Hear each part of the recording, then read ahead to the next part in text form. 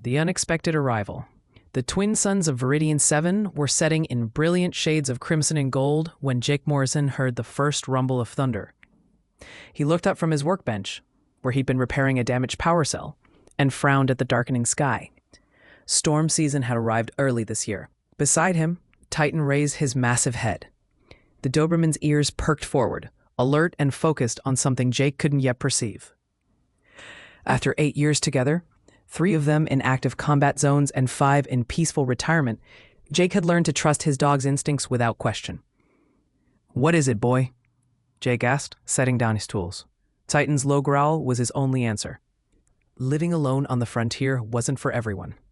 Viridian 7 sat at the edge of explored space, a world of purple grasslands and crystal formations that most settlers found too isolated. But for Jake, a former Terran Defense Force combat engineer who'd seen too much war, isolation was exactly what he needed. Out here, the only battles he fought were against malfunctioning equipment and the occasional dust storm. The rumble came again, but this time it wasn't thunder. The sound was wrong, too metallic, too controlled. Jake's military training kicked in instantly. He moved to the window, peering out into the gathering dusk. A streak of fire cut across the darkening sky, followed by a craft that was clearly in distress. The ship was small, maybe a personal transport, and it was losing altitude fast. Jake watched as it screamed overhead, trailing smoke and sparks, before disappearing behind the ridge that bordered his property. The impact shook the ground beneath his feet.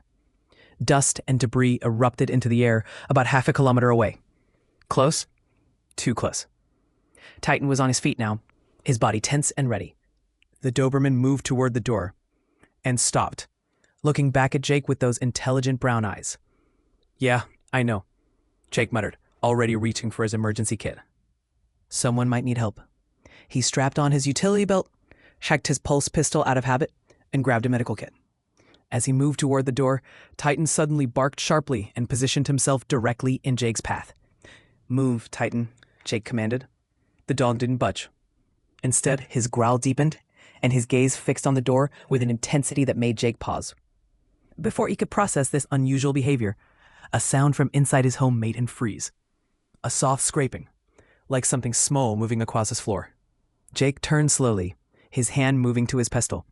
2 small figures huddled in the corner of his storage room, partially hidden behind a stack of supply crates. In the dim light, Jake could make out their unusual appearance. Skin that seemed to shimmer with a crystalline quality, reflecting the fading sunlight in prismatic shadows. Their eyes were enormous and violet, filled with terror. Children. Alien children, but children nonetheless. Jake slowly raised his hands, showing he meant no harm. "It's okay," he said softly. "I'm not going to hurt you." The children clutched each other, their small bodies trembling.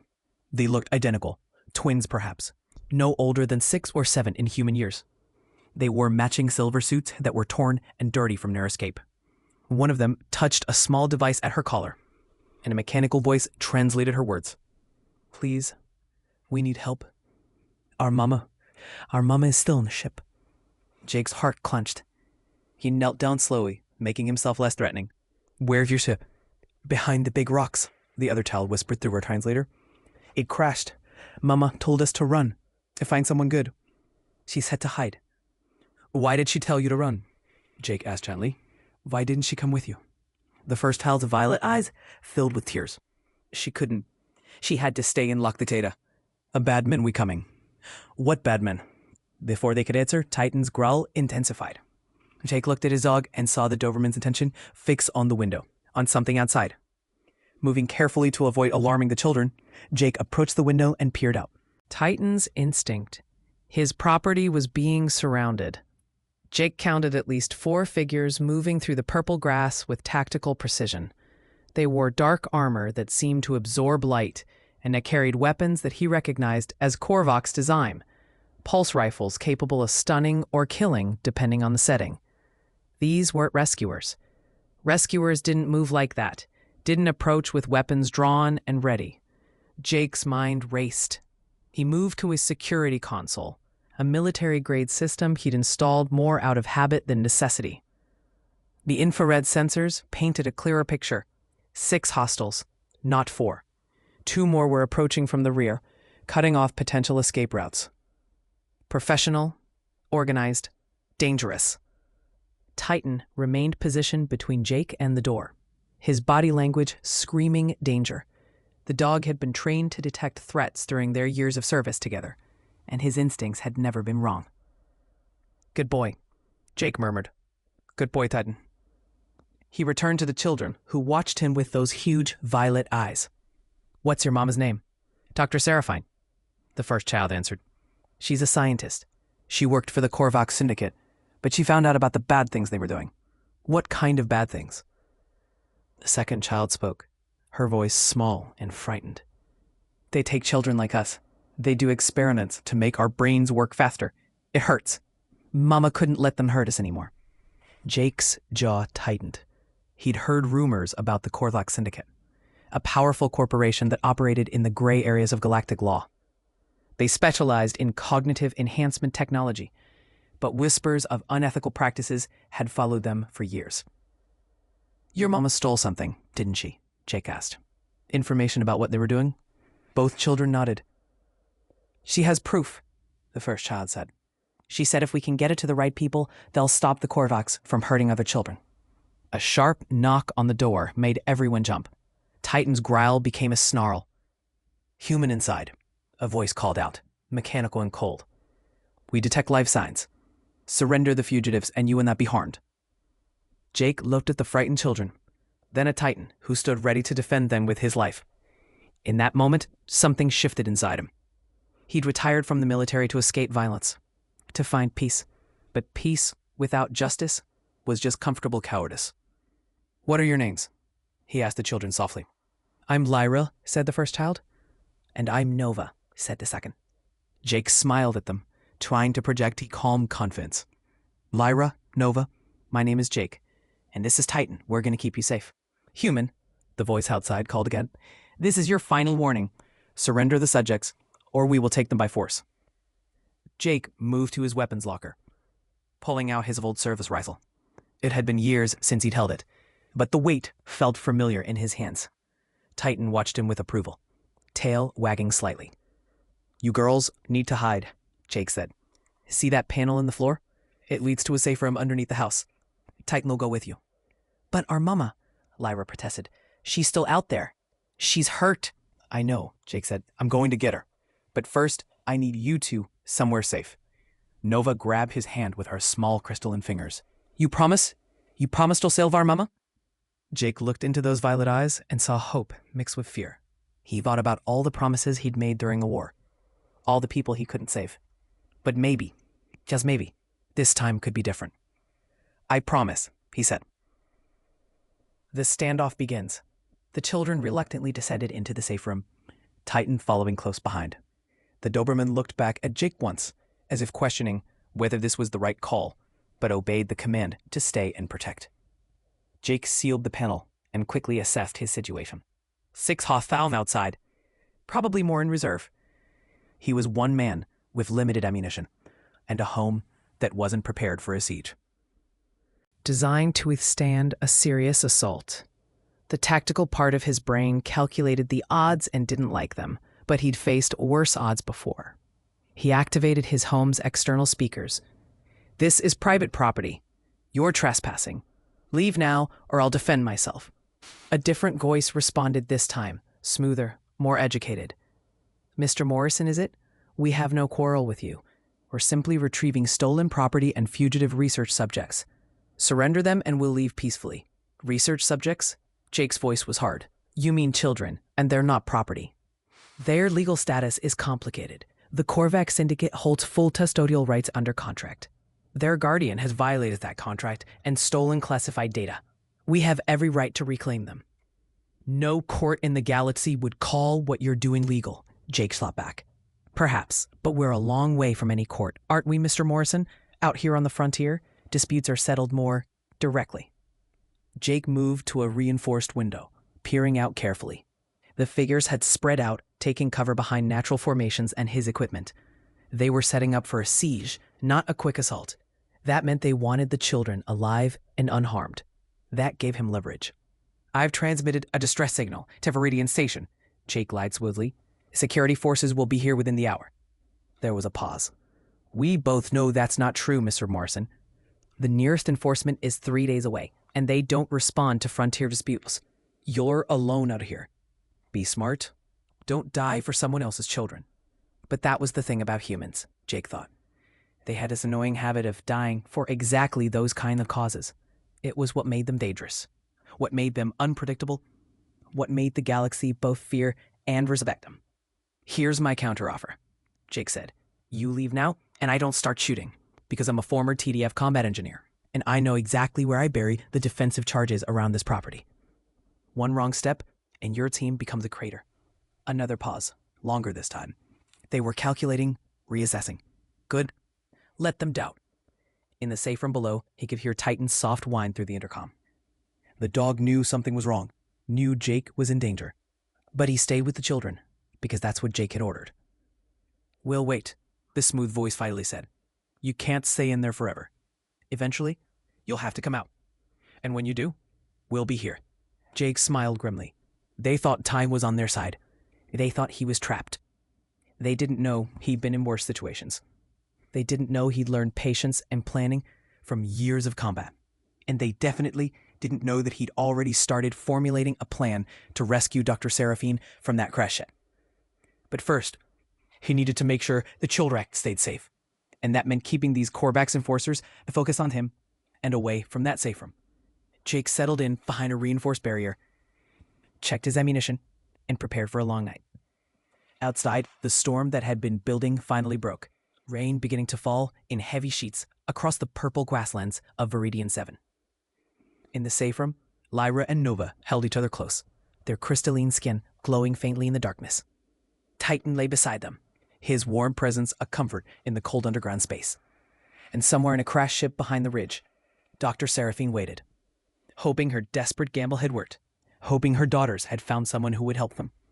She had found a human, and that changed everything. The rescue and the new beginning.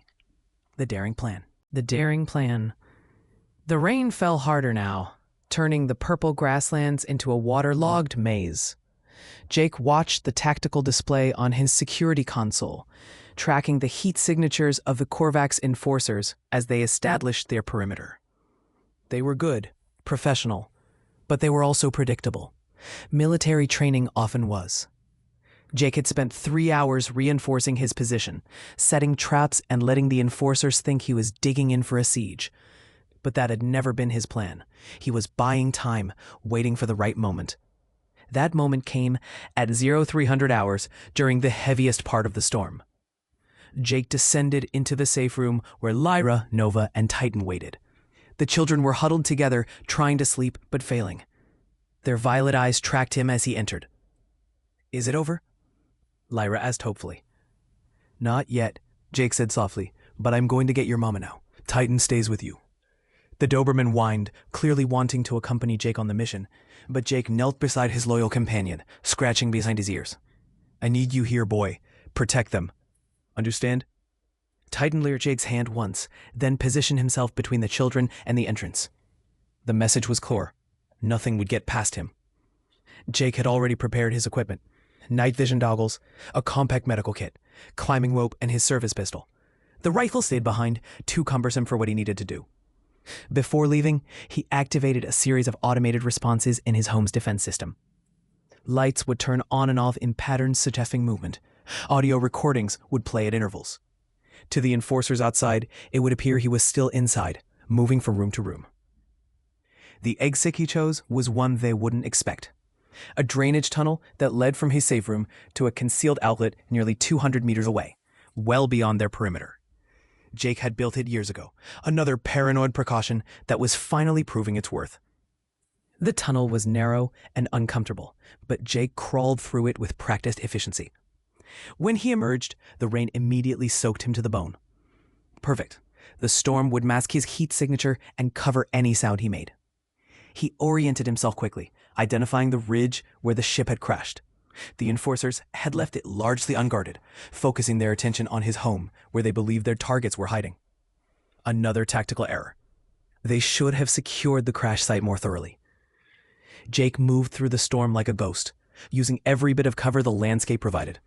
The purple grass, normally knee-high, was flattened by the rain, but the crystal formations scattered across the terrain created natural blind spots. 15 minutes later, he reached the crash site, finding Dr. Seraphine. The ship was worse than he'd expected. The elegant transport vessel had torn itself apart on impact, scattering debris across 50 meters. One wing had completely separated, and the main fuselage was crumpled like discarded paper. Jake approached cautiously, aware that the enforcers might have left surveillance equipment. But the storm was interfering with most electronic sensors, and he detected no immediate threats. "Dr. Seraphine," he called softly, moving through the wreckage. "Your daughter sent me. Lyra and Nova, they're safe." A weak voice responded from somewhere inside the twisted metal. "Here, I'm here." Jake traced the sound to a partially collapsed section of the ship. Through a gap in the hull, he could see a figure slumped against what remained of the cockpit. Dr. Seraphine was similar in appearance to her daughters. The same crystalline skin and violet eyes, but her features were more mature, more refined. Blood, a strange blue-silver color, stained her silver flight suit. "Can you move?" Jake asked, assessing the situation. "My leg is trapped," she said, her voice tight with pain. The support beam collapsed during the crash. Jake examined the beam. It was heavy, but not impossibly so. He found a piece of debris that could serve as a lever and positioned it carefully. "This is going to hurt," he warned. "But I need you to pull yourself free when I lift. Can you do that?" Dr. Seraphine nodded, her jaws set with determination. Despite her obvious pain, her eyes were sharp, intelligent. Jake could see why she'd been able to orchestrate this desperate escape. "On 3, Jake said. 1, 2, 3. He threw his weight against the lever. The beam shifted and Dr. Seraphine screamed, but pulled herself free. Jake immediately let the beam drop and moved to her side. "Let me see the leg," he said, his combat medic training taking over. The leg was badly bruised, but not broken, as far as he could tell. He applied a quick pressure bandage and gave her an injection of pain suppressant from his medical kit. "Can you walk?" "With help," she said. "Then we need to move fast. Those enforcers outside my house won't be fooled forever." Dr. Seraphine grabbed his arm with surprising strength. "The data," she said urgently. "I have to get the data core. It's everything. Every experiment, every child they hurt, every law they broke. Without it, this was all for nothing." "Where is it?" She pointed to a sealed compartment near the cockpit. Jake pried it open and found a small crystalline device, no larger than his thumb. Such a small thing to risk so much for. "Got it," he said, securing it in his vest. "Now let's get you out of here." The return under fire. Supporting Dr. Seraphine's weight, Jake began the journey back toward his home. The return trip was slower, more difficult. The scientist was brave, pushing through her pain, but she couldn't move quickly. They were halfway back when Jake's worst fear materialized. A bright spotlight cut through the rain, fixing on them with devastating precision. "Subjects located," a voice shouted. "Southeast quadrant." Jake swore. They must have had drone surveillance active after all, watching for any movement from the crash site. He'd been so focused on avoiding ground-based sensors that he'd missed the aerial coverage. "Run," Jake urged, but Dr. Seraphine stumbled. Energy blasts sizzled through the rain, striking the ground around them. The enforcers were trying for stun shots, wanting their targets alive, but that wouldn't help if they got lucky with a hit. Jake returned fire, his shots more intended to force the enforcers to take cover than to hit anyone. He needed time, just a few more minutes to reach his property line, where his defensive systems could provide cover. More spotlights activated, and Jake realized they were surrounded. The enforcers had repositioned during his rescue mission, anticipating exactly this scenario. They'd used his home as bait while securing the real objective. "We need to surrender," Dr. Seraphine said breathlessly. "You've done enough. I won't let you die for us." "Not happening," Jake growled. He triggered a remote detonator, and a series of explosive charges buried around his property perimeter detonated in sequence. The blasts weren't meant to kill, just to create chaos and cover. Mud and debris flew into the air, and the enforcers' formations broke as they sought cover. Jake used the confusion to drag Dr. Seraphine toward his home. They were close now, so close, just 50 more meters. That's when he heard it. Titan's fierce barking, followed by the sound of his front door splintering. "No," Jake breathed. The children. He'd been outmaneuvered. While he'd been focused on the perimeter, a secondary team had breached his home. They'd used the distraction of his rescue mission to go after the real targets. But they hadn't counted on Titan, the transmission. Jake and Dr. Seraphine burst through the back entrance of his home to find chaos. 2 enforcers were on the ground, one clutching a savaged arm, the other unconscious. Titan stood over the safe room entrance, his muzzle bloody, his body positioned protectively over the hatch. The Doberman was magnificent and terrible in his fury. No one was getting past him to those children. "Titan, here," Jake commanded. The dog glanced back but didn't move from his post. His loyalty was divided between his master and his mission to protect the children. The conflict was clear in his eyes.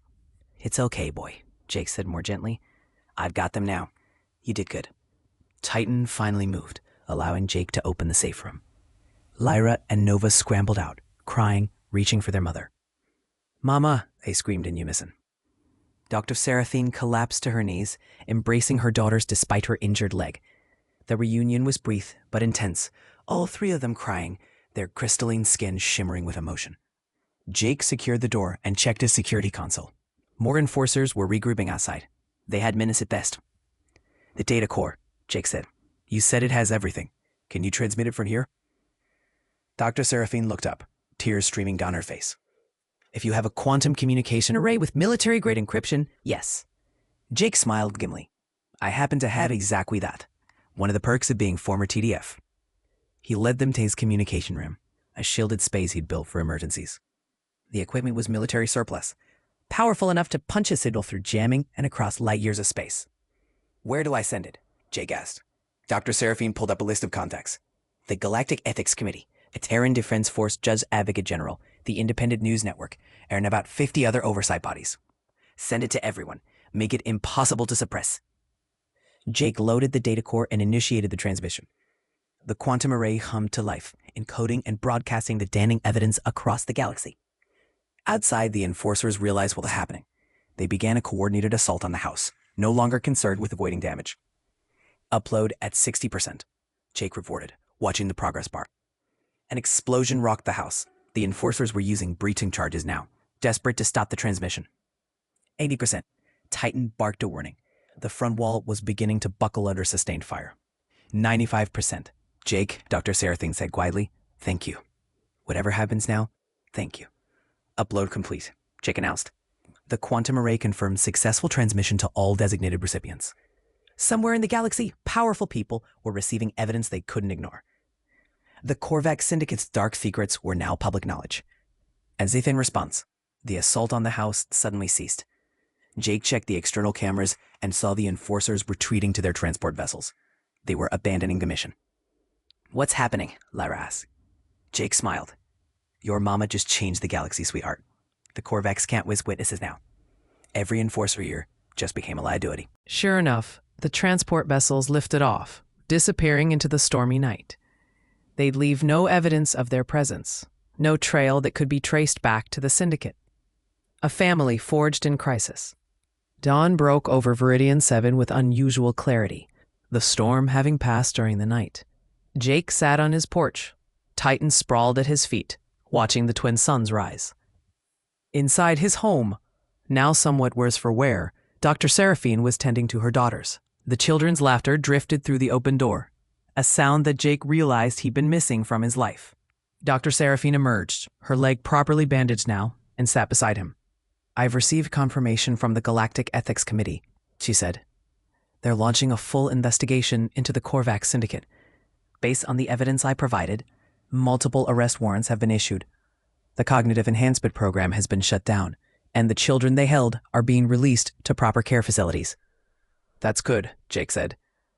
"They've also granted my daughters and me asylum status. We can go anywhere in the galaxy now." She paused. "Anywhere we want." Jake felt an unexpected tightness in his chest. Of course they would leave. They had their freedom now. They could build a life anywhere, somewhere safer, somewhere less isolated. "Where will you go?" he asked. Dr. Seraphine was quiet for a long moment.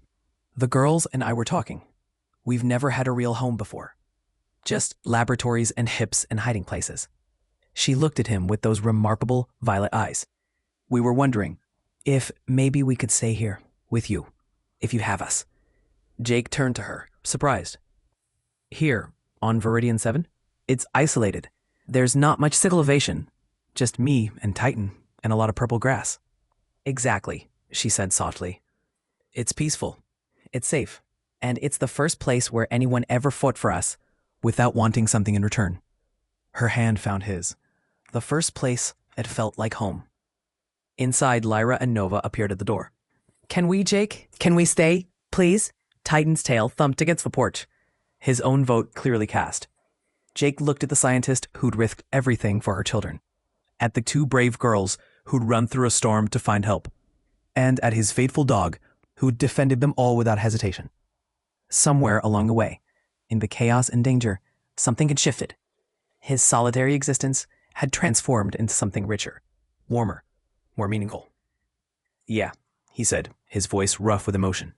Yeah, you can stay. The children squealed with joy, rushing forward to hug him.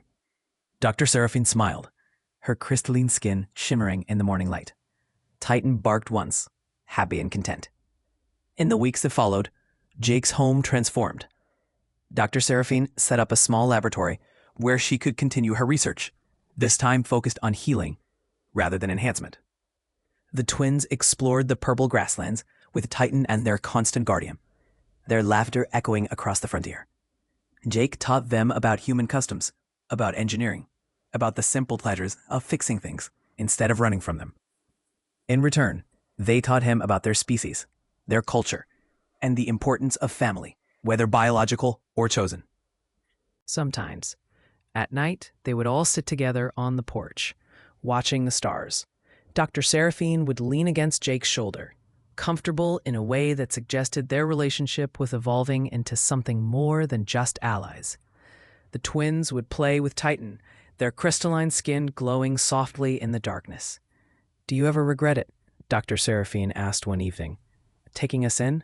Your quiet life is gone." Jake looked at the family he'd found, at the children who now called him Uncle Jake, at the woman beside him who made his home feel alive again, and at Titan who'd found new purpose in protecting those smaller than himself. "No," he said honestly, "I don't regret it at all. Because sometimes the best things in life aren't the ones you plan for. Sometimes they crash land in your vegetable garden during a storm. Two frightened children whispering about their mama still on the ship, and a loyal dog who knows instinctively that some causes are worth fighting for. Sometimes, family isn't about blood or species or origin.